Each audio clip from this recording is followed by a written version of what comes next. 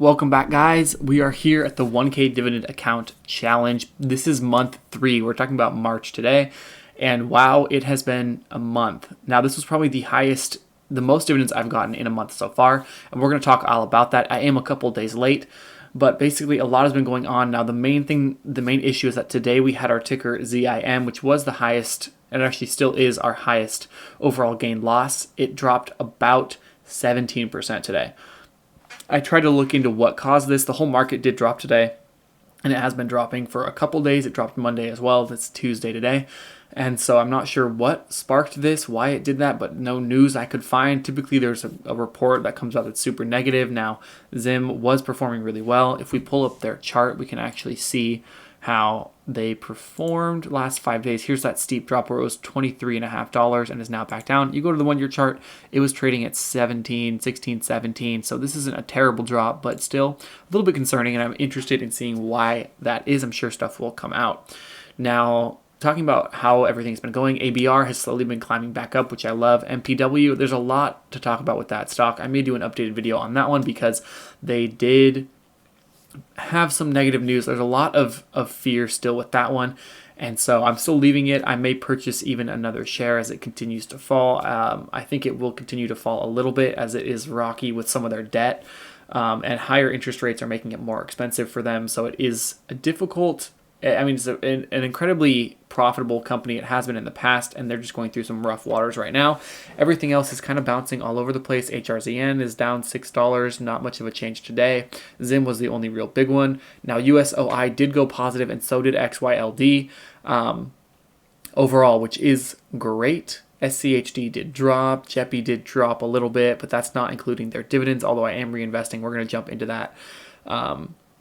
So yeah, welcome back, guys. For those that don't know, that are new to this challenge I've been doing, I put $1,000 of my own hard-earned money into 10 separate stocks, and I tried to get it to about $100 each. As you can see by the market value section, I didn't get that perfect because I can't do fractional shares, which is a bummer, but I'm going to continue adding more to it to try to get those cost basis areas all up to 100.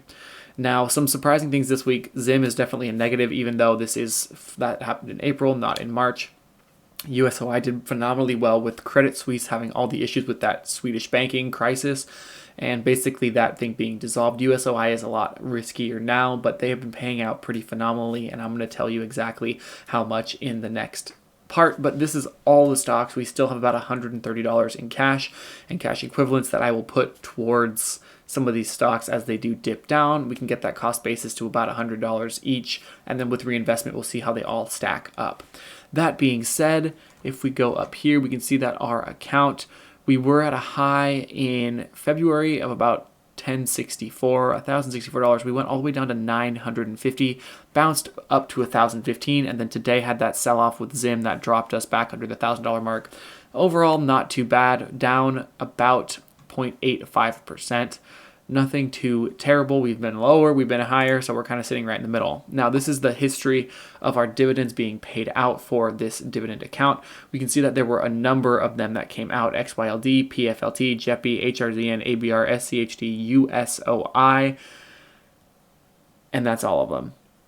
A couple coming out twice. Now, this is showing the dividend, and then it's also showing the repurchasing. That's why they're on here twice. Shows what I bought them for with the repurchase money. So let's talk about this. So first we have XYLD coming in with that 82-cent dividend, and then we repurchased again, buying 0.0205 shares at $40 a share. And this happened, I believe, twice, interestingly enough, and then it put out another, well, here's just that more purchase. I'm not sure why it shows that on here twice, so they must have had another dividend, which is interesting. We can definitely check in on that and see why they're paying out twice in the month. Sometimes they do that. XYLD is kind of a funky one. We have PFLT. They paid 77 cents for our $100. Not bad for the month for sure. PFLT, I can't remember if they are a monthly payer or quarterly payer. Let's look at that because I do want to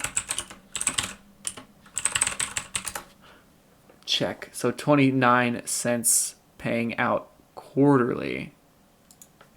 Let's look at their dividend history. That'll tell us. All right, so they're a monthly payer. So that's interesting. So they actually did pay out quite a bit. So pretty good. PFLT is doing decently. JEPI, we have 83 cents coming out. Now that's what I think, that's not per share. That's per however many shares I do have, which is why. So PFLT, we must have 2 shares, and that's why I paid that out.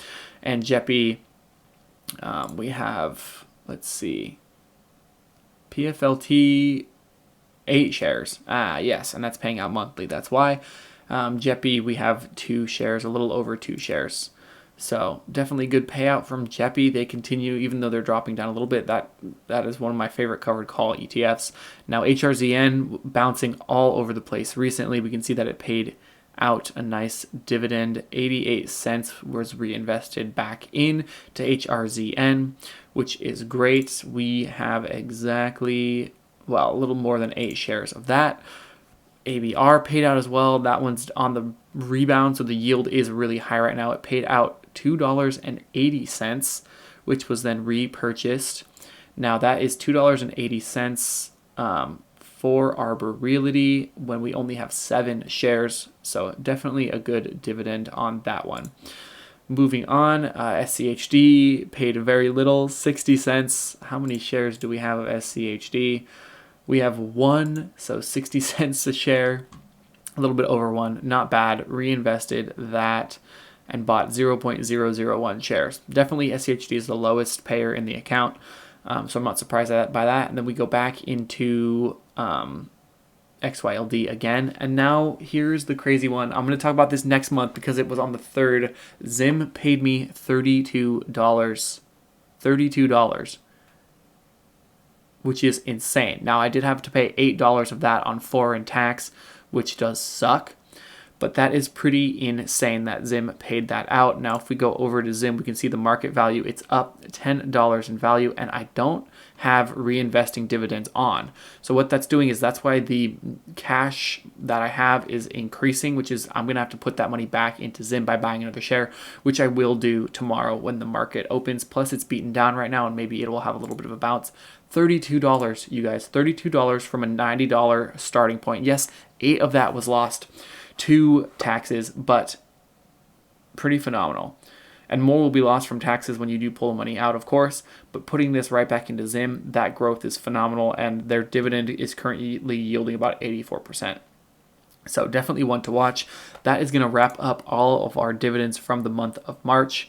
Aries Capital did pay out as well, $2.40. Great, love to see it. We have quite a bit, 5 shares of them, and they are, I believe, they're quarterly. So a handsome dividend from them. We keep racking it up. I know that this seems like not a lot of money, guys, and it's not. When you're collecting 60, 70 cents in a month or in a quarter from these stocks, that is not a lot of money. But if you think about how that can compound, especially if you're growing your own account and you're pumping these numbers up every month, say you're putting in $200 a month, when you look down the line 5 years from now, that's going to be a lot of money that you're going to be making off of your money.